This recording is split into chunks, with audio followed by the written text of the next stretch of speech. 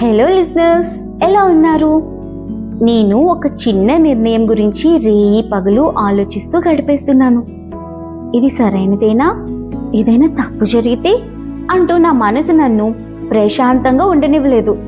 కానీ చివరికి ఆ విషయం నా జీవితంపై ఎలాంటి ప్రభావం చూపలేదు. అయితే ఉదయం అయ్యేసరికి నేను పూర్తిగా అలసిపోతున్నాను. పని వల్ల కాదు, నా ఆలోచనల వల్ల. ఇలా ఎందుకు జరుగుతుంది? నేను వీకా?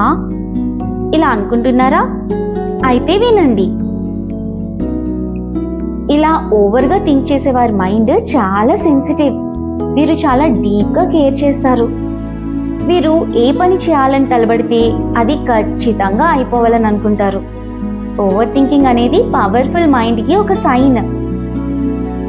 దానికి కరెక్ట్ డైరెక్షన్ కావాలి, అంతే.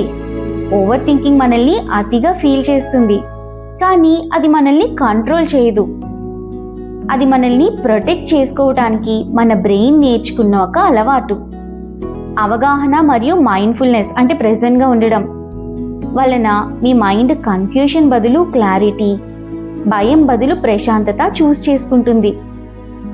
జరిగిన దానికి చింతిస్తూ, జరగబోయే దానికి వరీ అవుతూ, ప్రస్తుతం అంటే ప్రెజెంట్ని మిస్ అవ్వద్దు.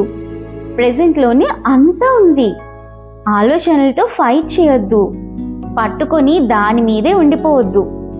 ఆలోచన అనేది ఒక టెంపరీ ఈవెంట్. మీ మెదడులో కదులుతున్న దాన్ని చూసి, గమనించి వదిలేయండి.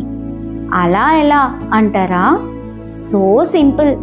మీరు ఎప్పుడైతే మీ శ్వాస మీదకి దృష్టి మళ్లిస్తారో అప్పుడు ఆ లూప్ బ్రేక్ అయిపోతుంది. ప్రతి ఒక్కరి లైఫ్లో ప్రతి మూమెంట్ మంచిదైనా చెడ్డదైనా